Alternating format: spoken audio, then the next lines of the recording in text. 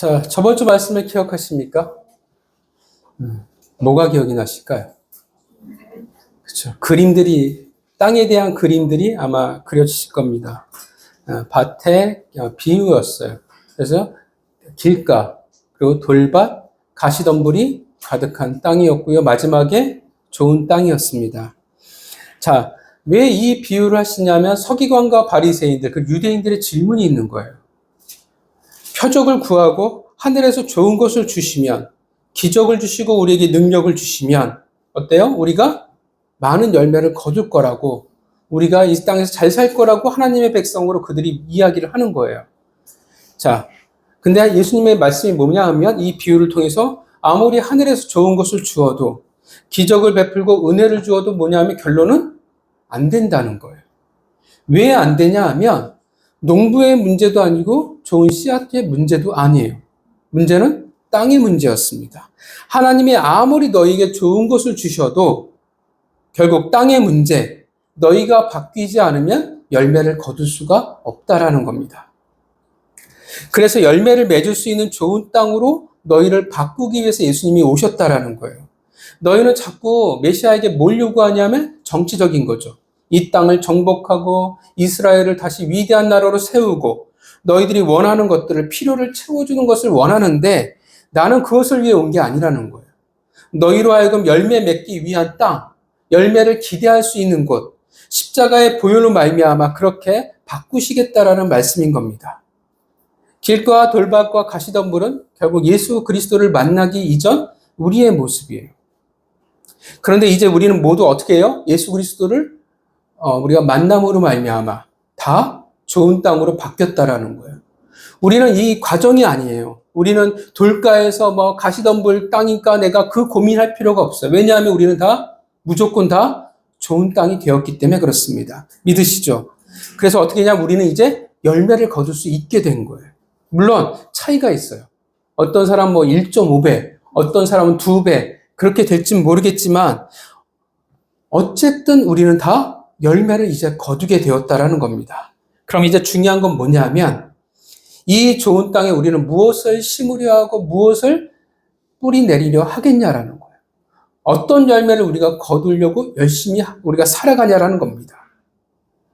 우리는 무조건 열매를 맺게 되겠지만 중요한 것은 뭐냐면 그 열매는 어디로부터 가능하냐 하면 좋은 씨앗으로부터 가능한 거예요. 그러니까 하늘에서 주신 것, 하나님으로부터 온 것만이 좋은 씨앗이에요. 우리가 아무리 애쓴 것들은 어떻게 돼요? 좋은 씨앗이 될 수가 없다라는 겁니다. 그것을 통해서 우리는 열매를 기대할 수는 없다라는 거예요. 내가 원하고 내가 바라는 씨앗은, 뿌리는 것은 의미가 없습니다. 여러분들은 어떤 씨앗을 뿌리고 어떤 열매를 맺기를 원하고 계십니까? 2020년, 26년 좋은 씨앗을 통해 여러분 모두가 풍성한 열매를 거둬 나가시는 성도가 되시기를 바랍니다. 자, 오늘 본문도 저희가 귀가 닳도록 들은 본문입니다. 아주 찬양으로도 굉장히 유명한 본문이기도 하고요. 밭에 감추인 보화, 그리고 좋은 진주의 비유입니다. 근데 사실 좋은 진주는 익숙하지 않고 보통 밭에 감추인 보화가 우리에게 유명하죠. 어느 한 사람이 있었어요. 정확히 뭘 하는 사람일지는 모르겠지만 아마도 남의 밭을 경작하는 것을 보면 소작농이라고 우리가 생각해 볼 수 있습니다.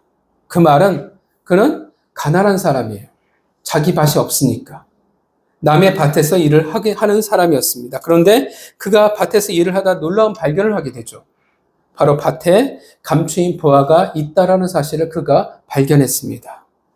왜 밭에 감추인 보화가 있습니까? 라고 질문을 해볼 수 있겠지만 이 당시 이스라엘에서는 이런 일들이 많았습니다. 이 당시 안전한 은행이 있었을지 모르지만 원래 가나안 지역 자체가 굉장히 혼란스러운 땅이에요. 분쟁도 많고 또 아무래도 그 시절 그 옛날이다 보니까 여러 어려움들이란가 위험들이 있었습니다. 그래서 귀중품들을 밭에 숨기는 일들이 굉장히 많았다라고 합니다. 그래서 주인 잃은 보물을 발견하는 일들 또한 많았습니다. 그러니까 우리나라도 마찬가지죠. 옛날에 보면 밭에 감춘 것도 되게 많고 가끔 보다 보면 6.25 피난을 내려오면서 이북에서 내려오면서 이렇게 재산들을 어디 나무에 그러니까 너희가 다시 자손들에게 북한으로 돌아가면, 이북으로 돌아가면 어디 나무에 여기 보물을 숨겨놨으니까, 재산을 숨겨놨으니까 너희가 찾았으라는 그런 유서 혹은 뭐 이게 남기신 유산들을 인터넷에 보면 또 그런 것들도 있더라고요. 그러니까 사실 이거는 어느 나라나 다 마찬가지예요. 그래서 이 비유를 듣고 있는 이스라엘 사람들도 매우 익숙한 예화였을 거라 생각을 합니다. 중요한 건 어쨌든 그가 횡재했다는 거예요. 감추인 보화를 발견했습니다. 그러니까 우리가 이사할 때 그러잖아요. 장롱이나 소파 밑에 동전을 발견해도 어떻게 해요? 기분이 좋잖아요. 그죠? 네, 근데 보물을 발견했으니까 얼마나 기분이 좋겠습니까? 근데 문제는 발견했다고 해서 그게 그의 소유가 될 수는 없다라는 거예요. 그러니까 이 당시 이스라엘의 법은 뭐냐면 발견한 사람이 보물의 주인이 되는 게 아니라 그 보물이 묻힌 땅의 주인이 그 소유권을 인정을 받을 수 있었습니다. 그러니까 아무리 이 사람이 보물을 발견한다고 해서 그게 자신의 것이 된 게 아니라는 거예요. 주인이 될 수가 없어요. 그래서 그가 뭘 하냐 하면 집으로 달려가죠. 그래서 그가 가진 모든 소유를 다 팔아버립니다. 왜 전 재산, 전 소유냐 하면, 왜냐하면 그가 여유 있는 삶을 살아가는 사람은 아니었으니까. 그렇게 그는 가진 모든 것을 팔을 수밖에 없었습니다. 그리고 그 밭을 샀고 이제 그는 그 감추어진 보화의 보물의 주인이 될 수 있었습니다. 또 다른 예화는 좋은 진주의 비유예요. 이제 한 진주 상인이 있었습니다. 진주 상인이라는 것을 볼 때 앞에 사람과 다르죠. 어떤 차이가 있냐면 물질적으로 굉장히 넉넉한 여유가 있는 사람이라고 생각해 볼 수 있어요. 보석을 사러 다니는데 가난하다는 것을 우리가 이해할 수는 없습니다. 그렇게 그는 돌아다니다가 극히 아주 값진 진주를 그가 발견했습니다. 그 진주 하나가 얼마나 좋으냐 하면 그 역시 어떻게 해요? 다 공통점이 뭐냐면 자신의 모든 소유를 다 팔았다라는 거예요. 왜 자신의 소유를 다 팔겠어요?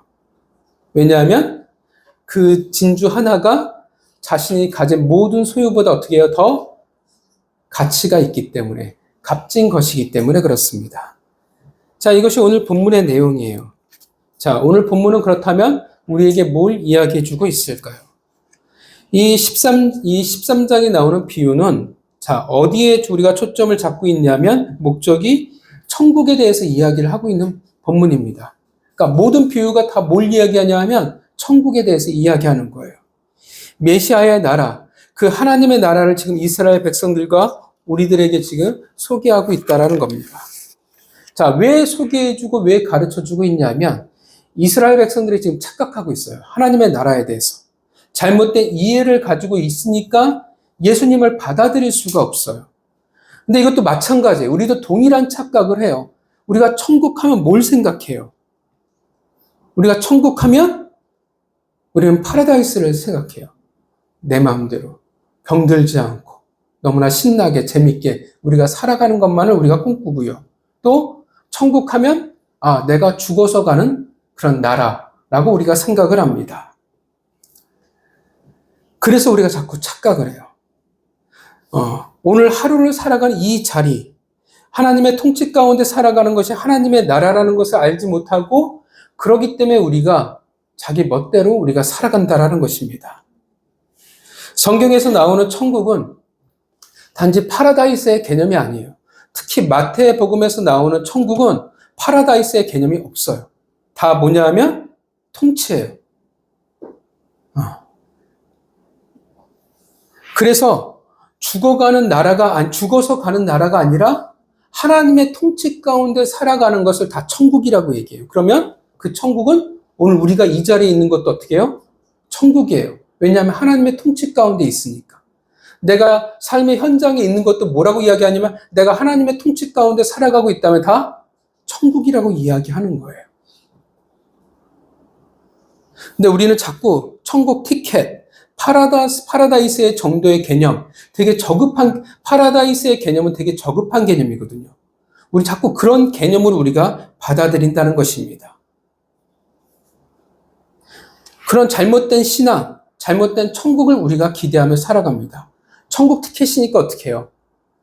구원의 확신만 얻으면 이제부터 나는 내 마음대로 살아가도 되라고 보통 그렇게 생각을 많이 해요.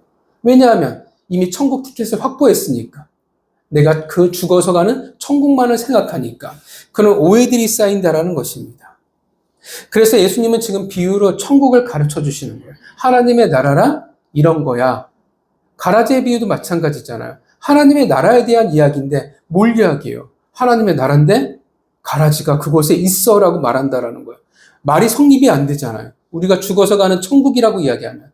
근데 우리가 살아가는 지금 현재 이 땅을 천국이라고 말하기 때문에 하나님의 나라에 교회, 공동체에 가라지가 있을 수 있다라고 말씀하시는 겁니다.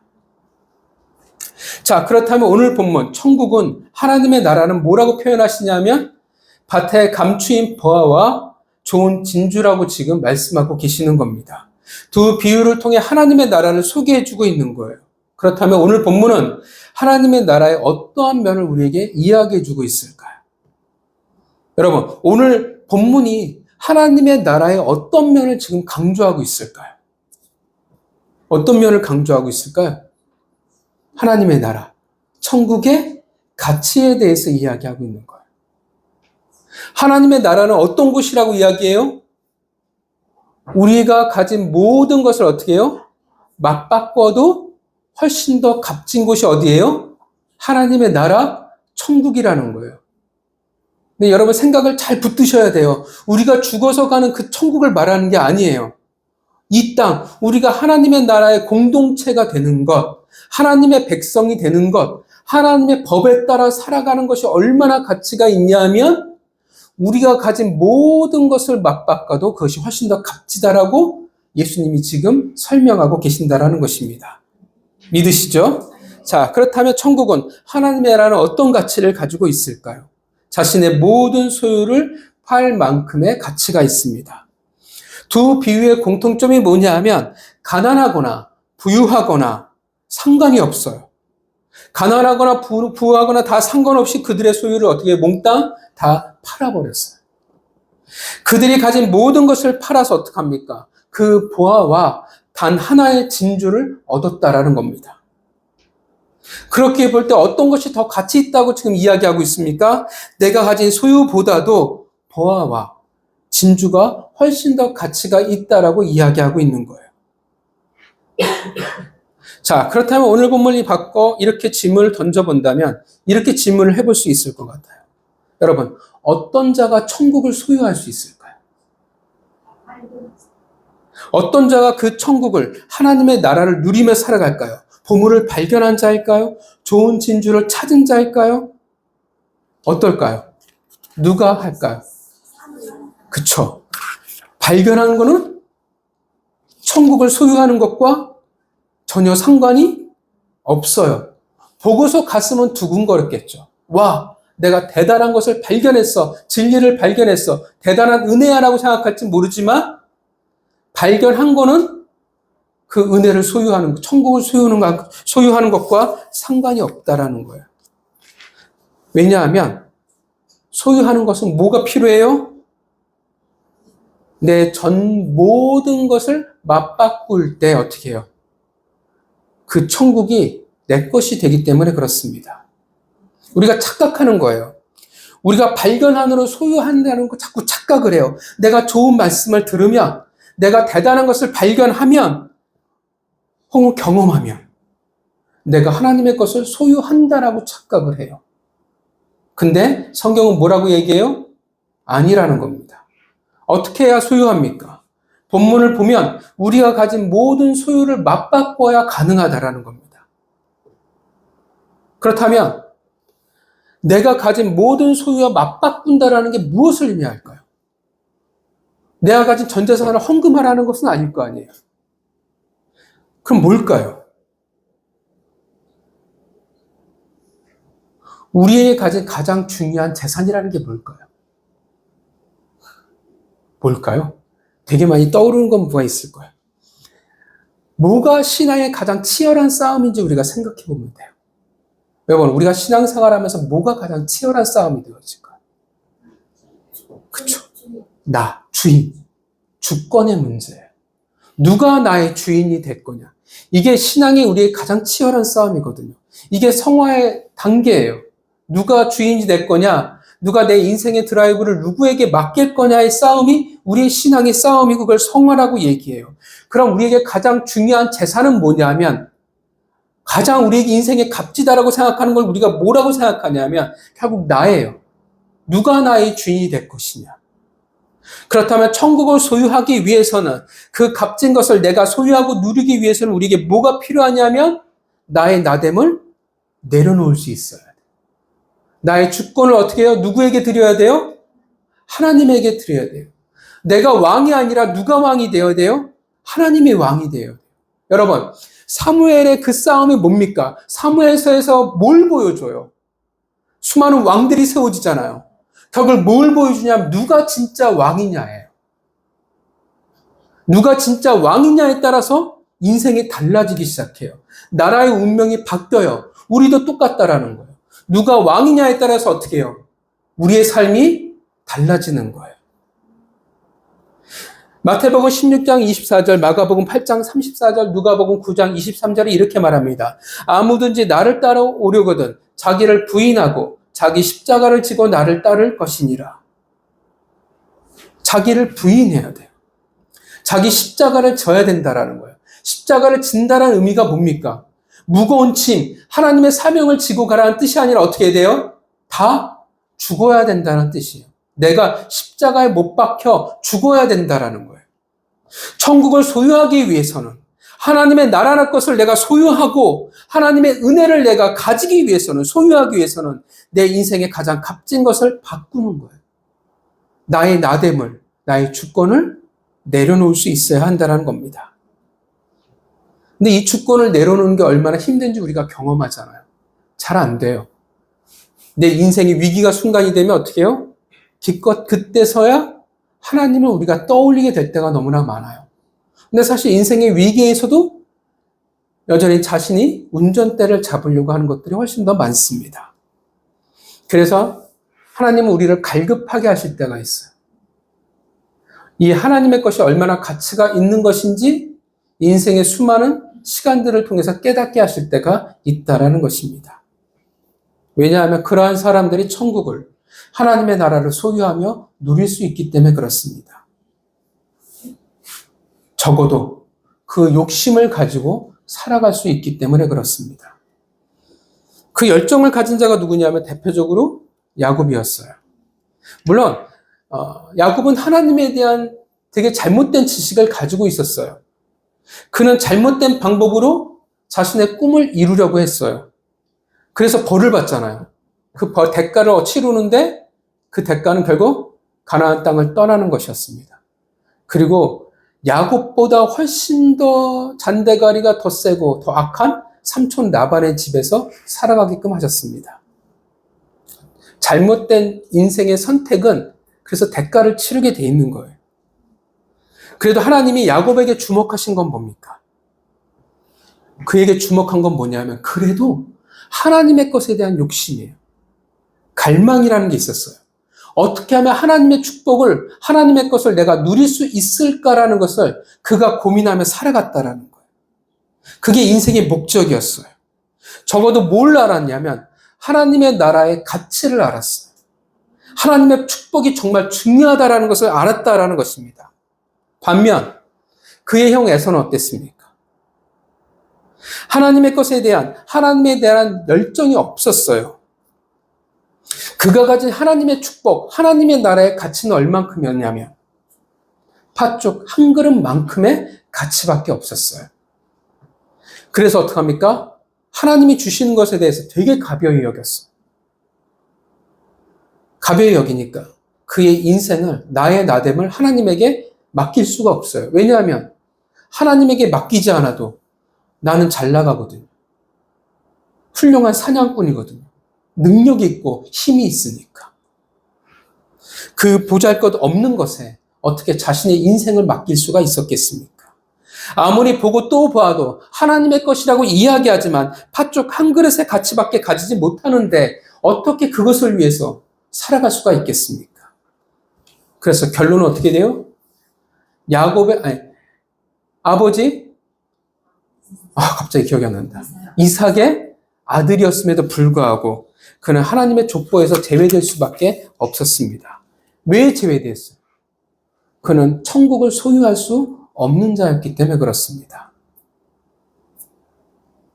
하나님의 가치, 하나님의 것을 소유하기 위해서는 우리가 가진 것을 내려놓는 것, 내놓는 것이 맞습니다. 우리가 이 세상에 가지고 싶은 것들이 가득한데 어떻게 하나님의 것이 내 안에 머물 수 있겠습니까? 내가 여전히 나의 주인인데, 내가 마음대로 하고 싶은데, 내가 나를 마음대로 통치하고 싶은데 어떻게 내가 다른 왕을 섬길 수 있겠습니까? 어떻게 다른 통치, 다른 법에 나를 맡길 수가 있겠습니까? 그런데 어떻게 모든 것을 팔아 그 하나를 살 수 있겠습니까? 내가 주권을 가진 채, 내가 왕인 채 그 천국을 가질 수는 없다라는 거예요. 사실 우리의 기본은 어떻습니까? 원래 우리 기본 세팅은 천국과 항상 상극을 이룹니다. 하나님이 원하시는 곳과 늘 우리는 어떻게 해요? 반대로 가는 게 우리의 기본 속성이에요. 왜냐하면 우리는 다 죄성을 가지고 있기 때문에 그렇습니다. 내 마음대로 결정하고 싶어요. 내 마음대로 하고 싶어요. 근데 어떻게 천국과 맞바꾸겠어요? 아담과 하와가 죄가 뭐예요? 하나님이 원하는 대로가 아니라 죄의 시작이 내 마음대로 하고 싶은 거잖아요. 세상의 통치가 즐거운데 어떻게 하나님의 통치 가운데 살아갈 수 있고 그 나라의 백성으로 살아갈 수 있겠습니까? 그냥 여전히 삐딱이로 살아가는 거예요. 여전히 불평과 불만으로 이해할 수 없으니까, 받아들일 수 없으니까 그냥 하나님이 하는 건 싫은 거예요. 교회가 하는 거는 싫은 거예요. 왜냐하면 난 불편하니까.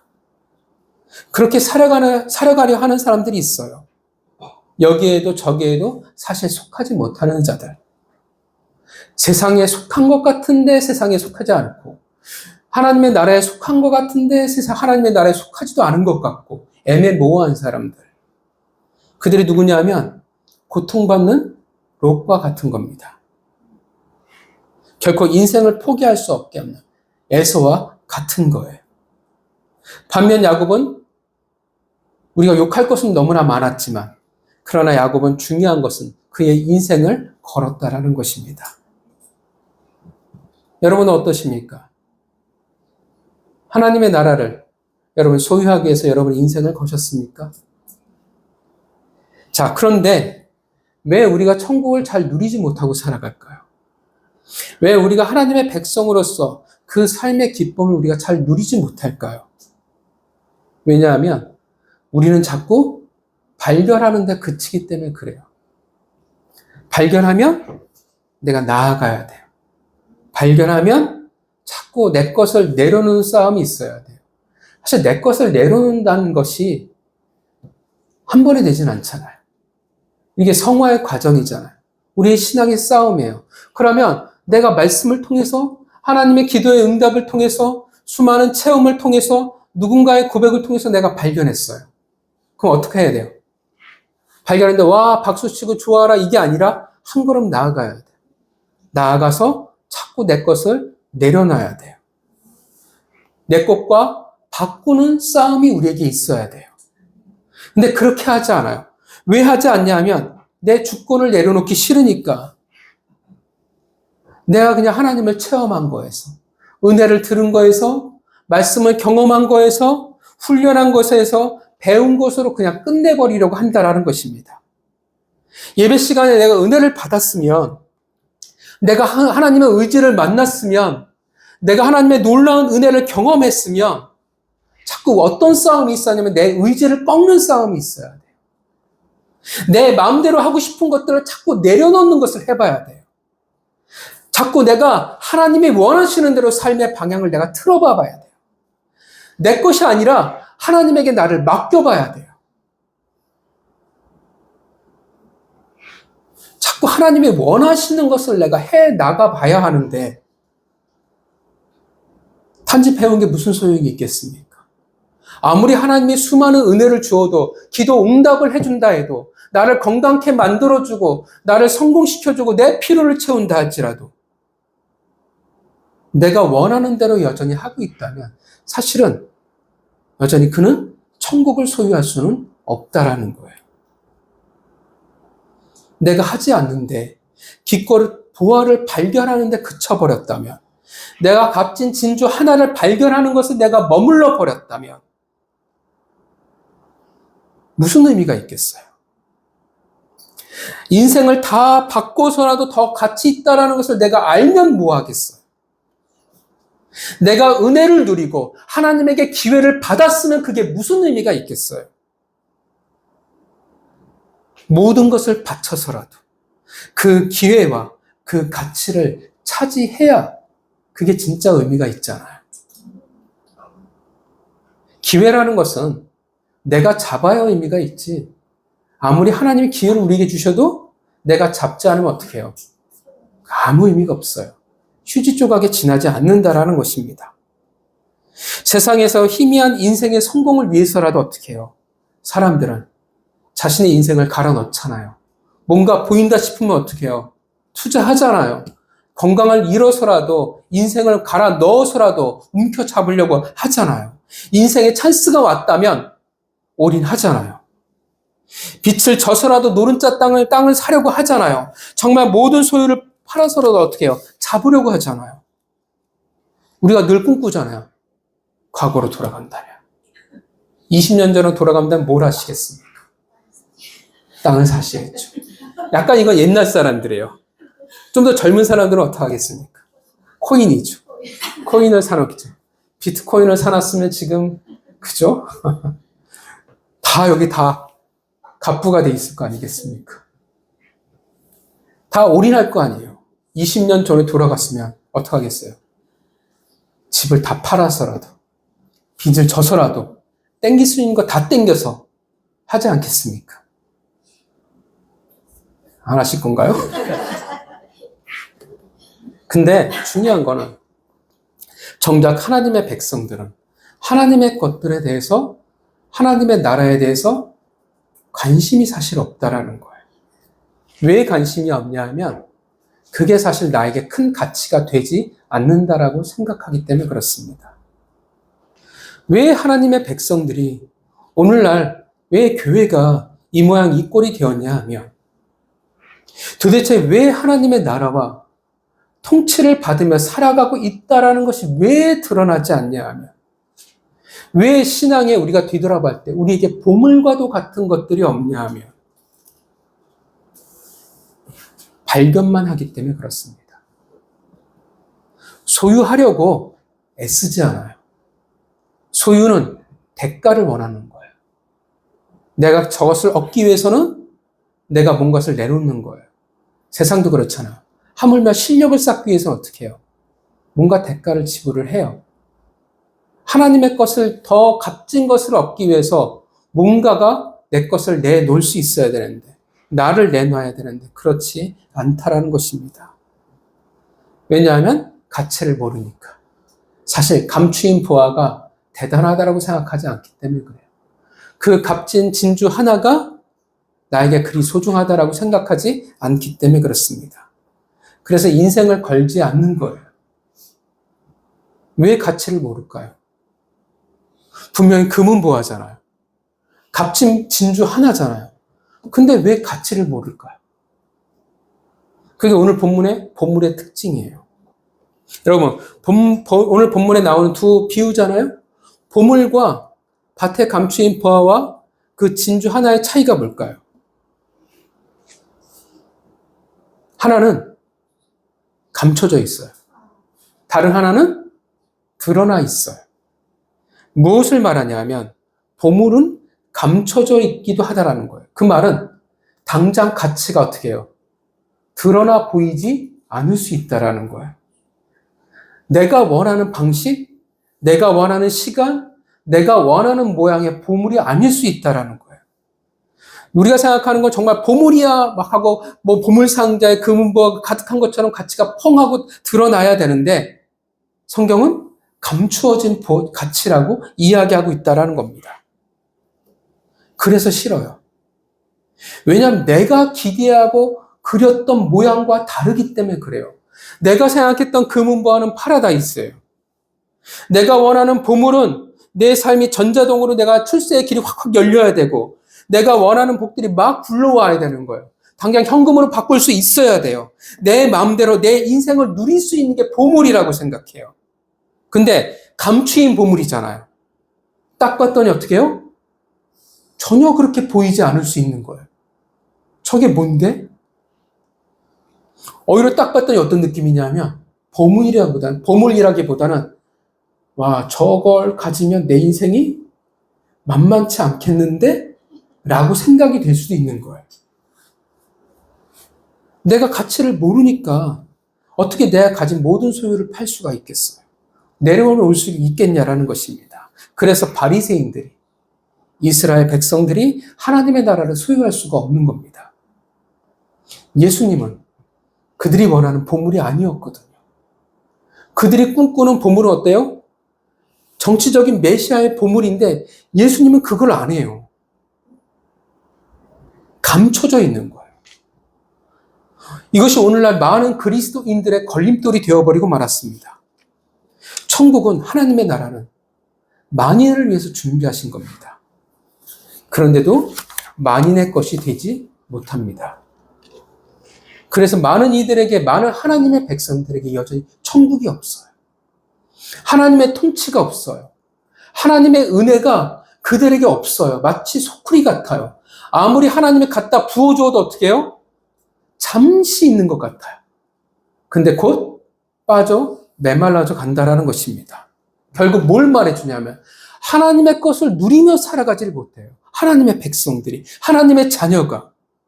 그곳에 보화가 있는데, 좋은 진주가 있는데 가치를 모르니까 어떻게 해요? 다락방 한 구석에 처박아 버리고 여전히 뭐라고 얘기해요? 하나님 나에게 보물을 주십시오. 하나님 나에게 진주를 주십시오. 하나님 나에게 더 값진 것을 주십시오라고 우리는 여전히 하나님에게 외치고 있다는 거예요. 하나님, 내가 예수를 믿었으니까 그 믿어준 값을 나에게 달라고 우리는 외칩니다. 보상해달라고 우리는 주장을 해요. 이미 값진 보화가 그 곁에 있는데 이미 하나님이 무엇과도 바꿀 수 없는 값진 진주를 주셨는데. 자, 또 다른 경우가 있어요. 왜 가치를 모르냐 하면 억울해요. 그 귀한 보물과 진주를 소유했는데 보물과 진주를 소유했다는 것을 잊어버리고 뭐만 기억하냐면 내 소유를 팔았어라는 것만 기억하는 거예요. 내 인생을 하나님께 드렸어만 기억해요. 내 주권을 드렸더니 내가 원하는 대로 사는 게 아닌 거예요. 이런 삶을 내가 살아가게 될 줄 모른 거예요. 뭐만 남아요? 아련한 내 꿈이요. 내가 하나님만 만나지 않았다면 내가 더 잘 살 수 있었을 텐데. 지금보다는 내가 더 잘 나갔을 텐데. 그래서 어떻게 해요? 속상하고 아픈 거예요. 억울해요. 하나님의 감추인 보화가 하나의 그 진주가 아닌 나의 보화, 나의 진주는 바로 세상의 돈이요, 성공이요, 출세이기 때문에 그렇습니다. 하나님의 감추어진 보화와 좋은 진주는 나에게 아무 의미가, 가치가 없어 보여서 그래요. 그래서 어떻게 해요? 자꾸 잊어요. 우리가 다 어떤 병을 가지고 있습니까? 하나님의 은혜를 잊어버리는 심각한 병을 우리는 가지고 있어요. 하나님의 은혜를 주셔도 우리는 은혜를 찾지 못해요. 금방 어떻게 하냐면 그 가치가 금방 폭락해요. 주식같이 급락해버립니다. 분명 하나님이 놀라운 은혜를 주셨는데, 기적을 베풀어 주셨는데 그 기적이라는 은혜를 자기 것으로 삼으며 살아가는 사람들은 극히 드물다라는 거예요. 우리는 잊어요. 맞아. 옛날에는 그랬지. 라고 하는데 그것이 오늘의 은혜가 되어지지는 않는다라는 것입니다. 그래서 억울해요.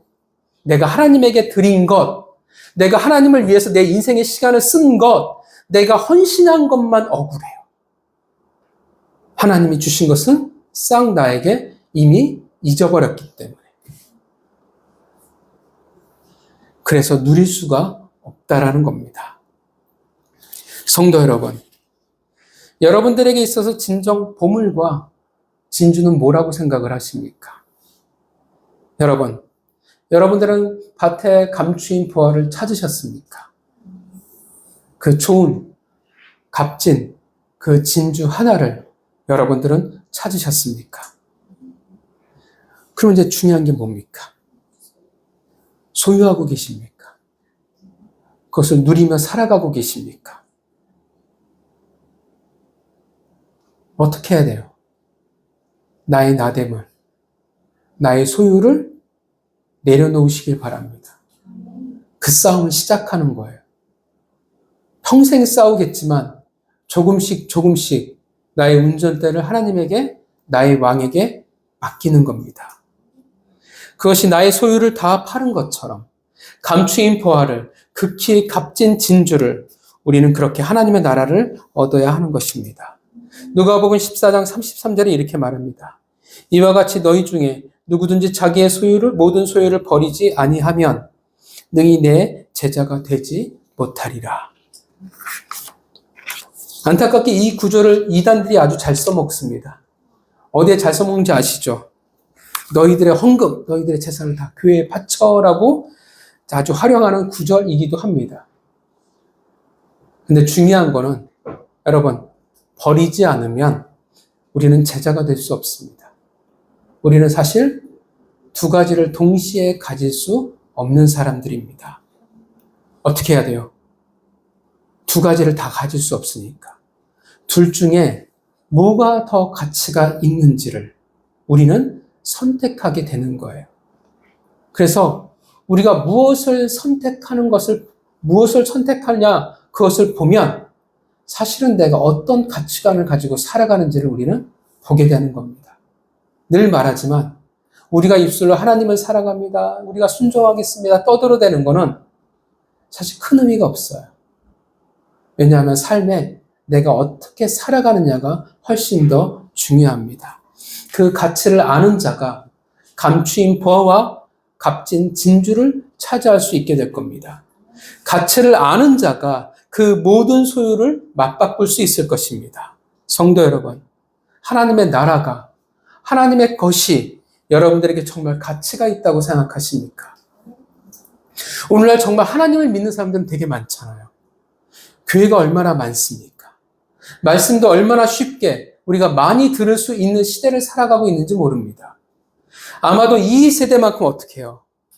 우리 한반도 이 역사상 이 세대만큼 보물을 쉽게 찾을 수 있고 좋은 진주를 쉽게 구할 수 있는 세대는 없었을 것입니다. 그런데 신기한 건 진정 그 보물과 진주의 가치를 아는 자가 점점 더 없어지는 세대를 우리가 살아가고 있습니다. 되게 신기해요. 더 누릴 수 있는데, 사실 누구보다도 더 풍성히 누릴 수 있는데, 우리의 선배들, 믿음의 선배들보다 우리가 더 많은 것을 가질 수 있는데, 오히려 우리는 더 많은 것을 가지지 못합니다. 천국이 주는, 하나님이 주는 그 놀라운 은혜와 기쁨이 우리에게 점점 더 사라져 간다는 것입니다. 오히려 하나님의 것을 더 가벼이 여기는 세대가 되어져 버리고 말았습니다. 성도 여러분, 하나님의 나라는 모든 것을 다 바꿔서라도 나를 내려놓을 만큼, 나를 바꿀 만큼 값지다라는 것을 잊지 마시기를 바랍니다. 당장 어떻게 보여요? 감춰져 있기 때문에 아닌 것처럼 보일 수도 있어요. 당장은 내가 꿈꾸는 것과 달라 보일 수도 있어요. 그러나 우리가 기억해야 될 것은, 우리가 믿어야 할 것은 내 인생의 모든 것을 건 그 가치보다도 더 큰 가치를 사실 우리가 이미 하나님이 우리에게 주셨으며 우리가 누리게 될 사실이라는 것을 우리가 기억하시길 바랍니다. 천국은 그 가치를 알기에 자신의 주권을, 그 인생을 건져만이 누릴 수 있는 하나님의 보물입니다. 그 감추인 보물을, 그 값진 진주를 굳이 여러분 골동품으로 방치하지 않으시기를 바랍니다. 성도 여러분, 누가 하나님의 나라를 누리며 살아가겠습니까? 그 가치를 알기에 자신의 주인됨을, 그 인생을 맛바꿀 수 있는 자들입니다. 한 주간 나의 전부를 드렸기에 그 보물을, 그 좋은 진주를 가지고 살아가시는, 그렇게 천국의 것을 누리며 살아가는 귀한 성도가 되시기를 주님의 이름으로 축원합니다.